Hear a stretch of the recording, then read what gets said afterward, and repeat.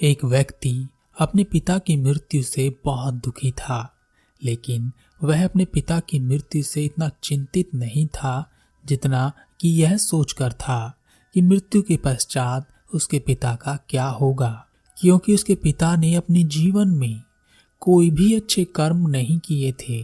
उन्होंने दूसरों को सताया था, लूटा था, न कोई दान दिया, न किसी की मदद की, यहाँ तक कि कई लोगों की हत्या भी कर दी थी।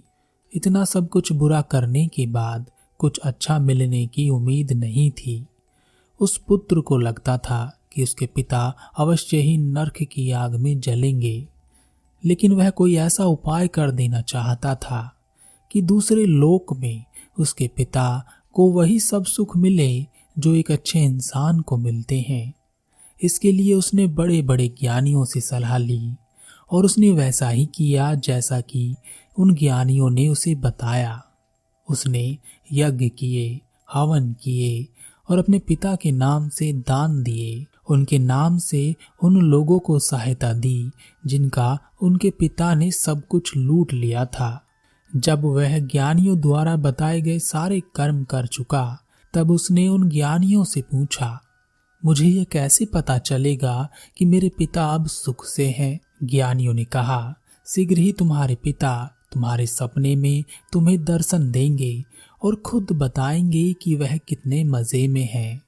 कुछ दिन बाद उस व्यक्ति को अपने पिता का सपना आया। उसने देखा कि उसके पिता रो रहे हैं, चिल्ला रहे हैं और अपने किए गए कर्मों के लिए पछता रहे हैं और अपने पुत्र से कह रहे हैं, मैंने जो किया मैं उसे भुगत रहा हूं, तुम ऐसा कुछ मत करना। उसने देखा कि उसके पिता नरक की आग में जल रहे हैं। ना कोई उन्हें देखने वाला है और ना ही कोई सुनने वाला। ऐसा सपना देखकर वह चौंक गया और वह भागकर ज्ञानियों के पास गया और उसने अपने सपने के बारे में उन ज्ञानियों को बताया। ज्ञानियों ने कहा, अवश्य ही तुम्हारे द्वारा की गई विधियों में कोई कमी रह गई है। तुमने पूरे मन से प्रार्थनाएं नहीं की, इसलिए ऐसा हुआ। तुम्हें दोबारा से इन सभी विधियों को दोहराना होगा, फिर से सारे काम करने होंगे। व्यक्ति ने कहा, लेकिन मैंने तो सारे काम, सारी विधियां पूरे मन से ही की थी। मैंने बिल्कुल वैसा ही किया जैसा कि आपने कहा। कोई कसर मैंने अपनी तरफ से नहीं छोड़ी। ज्ञानियों ने कहा, अगर तुम हमसे बहस करोगे तो तुम्हारे पिता को और अधिक कष्ट होगा। वह व्यक्ति और अधिक निराश हो गया। वह वापस अपने घर की ओर जा रहा था और सोच रहा था कि ऐसे किस व्यक्ति से मिले जो सही समाधान दे सके, ताकि उसके पिता को उनके द्वारा किए गए कर्मों की सजा ना भुगतनी पड़े। रास्ते में उसकी नजर बुद्ध पर पड़ी। बुद्ध अपने भिक्षुओं के साथ भिक्षाटन के लिए नगर में आए हुए थे। उस व्यक्ति ने अपने मन में सोचा, सुना है बुद्ध ने सत्य को प्राप्त कर लिया है, अतः उन्हें सारे सत्य पता होंगे। उन्हें यह भी पता होगा कि मृत्यु पश्चात वह अपने पिता की मदद कैसे करे। यह सब सोचकर वह बुद्ध के समीप गया और हाथ जोड़कर बुद्ध से कहा, हे बुद्ध, सुना है कि आपने परम सत्य को पा लिया है। आप सब जानते हैं, मुझे आपसे एक सहायता चाहिए। बुद्ध मुस्कुराए और बुद्ध ने कहा, हाँ अवश्य, कहो क्या सहायता चाहिए। व्यक्ति ने कहा, मेरे पिता एक बुरे व्यक्ति थे। उन्होंने बहुत बुरे कर्म किए। उन्होंने हत्याएं भी की, लोगों को सताया। उनके कर्म अच्छे नहीं थे। एक महापूर्व वह मृत्यु को प्राप्त हो गए। वह मेरे सपने में आते हैं और मैं देखता हूँ कि वह नरक में जल रहे हैं। मैंने कई ज्ञानियों से सलाह ली और उन्होंने जैसा कहा वैसा वैसा मैंने किया। उन सभी विधियों को, नीतियों को मैंने पूरा किया।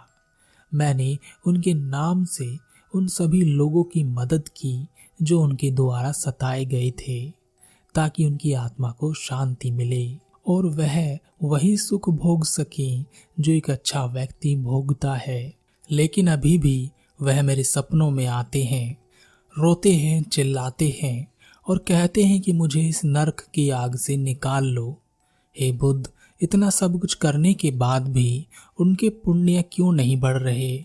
मैंने तो उन सब लोगों की मदद भी की जिन्हें उन्होंने सताया था, और उन्होंने उनके लिए प्रार्थना भी की, फिर भी कुछ नहीं हो रहा। बुद्ध ने कहा, जो तुम कर रहे हो वह तुम्हारा कर्म है।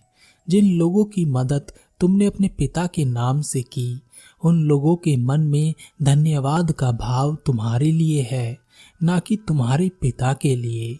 जो भी अच्छे कर्म तुम कर रहे हो उसका फल तुम्हें ही मिलेगा, तुम्हारे पिता को नहीं। व्यक्ति ने कहा, हे बुद्ध, मैं एक साधारण व्यक्ति, शायद मेरे हाथों में वह बल नहीं, लेकिन आप तो तथागत बुद्ध हैं। अगर आप अपने हाथों से मेरे पिता के लिए कोई विधि कर देंगे तो अवश्य ही उनके पाप कर्म नष्ट हो जाएंगे। बुद्ध ने कहा, हमारे कर्म हमारा पीछा नहीं छोड़ते। जब हम जीवित होते हैं तब हम अपने कर्मों को बदल सकते हैं, उन्हें सुधार सकते हैं, लेकिन मृत्यु पश्चात कुछ नहीं कर सकते। व्यक्ति ने कहा, हे बुद्ध, जो भी हो, लेकिन मुझे विश्वास है कि अगर आप मेरे पिता के लिए कोई विधि कर देंगे तो अवश्य ही उन्हें लाभ पहुंचेगा। बुद्ध ने कहा, ठीक है, तुम्हें ऐसा लगता है तो यही सही। तुम 2 घड़े लेकर आओ। एक घड़े को कंकर पत्थर से भर दो और उसका मुंह कपड़े से बांध दो, और दूसरे घड़े को घी से भर दो और उसका मुंह भी कपड़े से बांध दो, और इन्हें लेकर नदी किनारे पहुंचो। मैं तुम्हें वहीं मिलूंगा। बुद्ध की यह बात सुनकर वह व्यक्ति बहुत खुश हुआ। उसे लगा कि आज उसके पिता को मुक्ति मिल ही जाएगी। वह भागकर बाजार गया और 2 घड़े लेकर आया। एक घड़े में कंकर पत्थर भर लाया और दूसरे में घी भर लाया। दोनों घड़े लेकर वह नदी किनारे बुद्ध के पास पहुंचा। बुद्ध ने कहा, इन दोनों घड़ों को पानी में डाल दो और एक डंडा लेकर आओ। उस व्यक्ति ने ऐसा ही किया और वह एक डंडा लेकर आया। बुद्ध ने कहा, अब इस डंडे से इन दोनों घड़ों को तोड़ दो। उस व्यक्ति ने ऐसा ही किया, दोनों घड़े तोड़ दिए। तब बुद्ध ने कहा, अब प्रार्थना करो कि कंकड़ पत्थर ऊपर तैरने लगे और घी नदी में नीचे बैठ जाए। उस व्यक्ति ने कहा, ऐसे कैसे हो सकता है बुद्ध? पत्थर भारी हैं, वह नदी में नीचे बैठ ही जाएंगे, और घी हल्का है, इसलिए वह पानी में तैरेगा ही। मेरी प्रार्थना करने से क्या होगा? बुद्ध ने कहा, हमारे बुरे कर्म इन कंकड़ पत्थर की तरह ही होते हैं। वह हमें इतना भारी कर देते हैं कि हम डूब जाते हैं, जबकि हमारे अच्छे कर्म घी की तरह होते हैं। वह हमें इतना हल्का कर देते हैं कि हम ऊपर तैरने लगते हैं।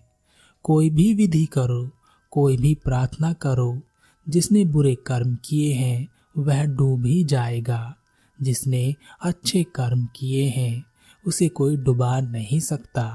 व्यक्ति ने कहा, हे बुद्ध, मैं आपकी बात समझ गया हूँ, लेकिन मैंने जो अपने पिता के नाम से अच्छे कर्म किए हैं उनका फल भी उन्हें नहीं मिलेगा क्या? बुद्ध ने एक व्यक्ति को अपने पास बुलाया और उससे पूछा, इनके पिता कैसे थे?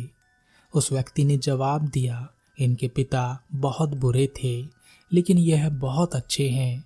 इन्होंने हमारी बहुत मदद की, जबकि इनके पिता ने मेरे पिता की हत्या की थी।